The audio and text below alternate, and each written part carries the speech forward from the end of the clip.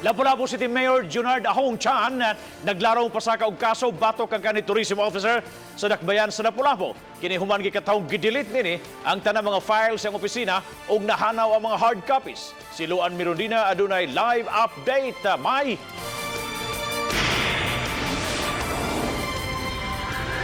Bab ning ikaupat kaadlaw karon sukad may asumer sa katungdanan si Lapu-Lapu City Mayor Jonard Ahong Chan laing suliran na usab ang iyang nasugatan ug ning higayuna may kalabutan kini sa file sa Tourism Office.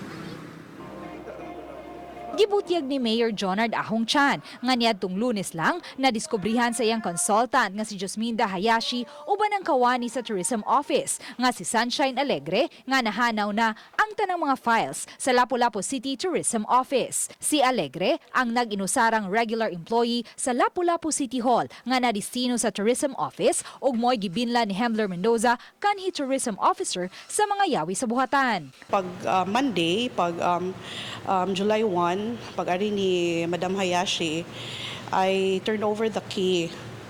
Ang katong key, gihatag doon ni Sir Hamler na ako pag Friday afternoon, pag dayon na akong lakaw off sa office. And I really don't know what gid ko kay baw nga wala gid ang mga files. So pag turnover na ko, saka midungan mig saka, gi-check din nila. So natanaw gid nila nga wala gid ang files.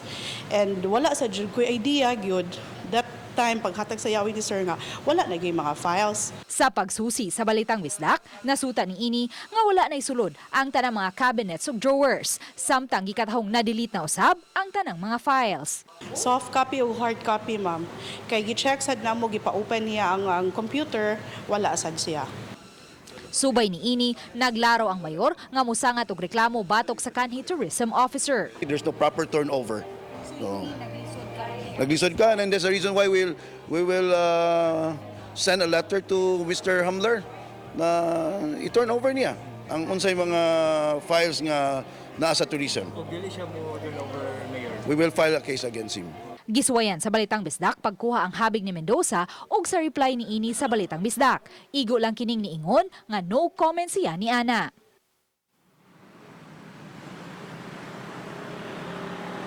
Bab, sa pagkakaroon wala pa gitudlo nga tourism officer si Lapu-Lapu City Mayor Jonard Ahong Chan. Ang buhatan temporaryo lang unang giduma sa usa sa mga consultants ni ini nga si Hayashi.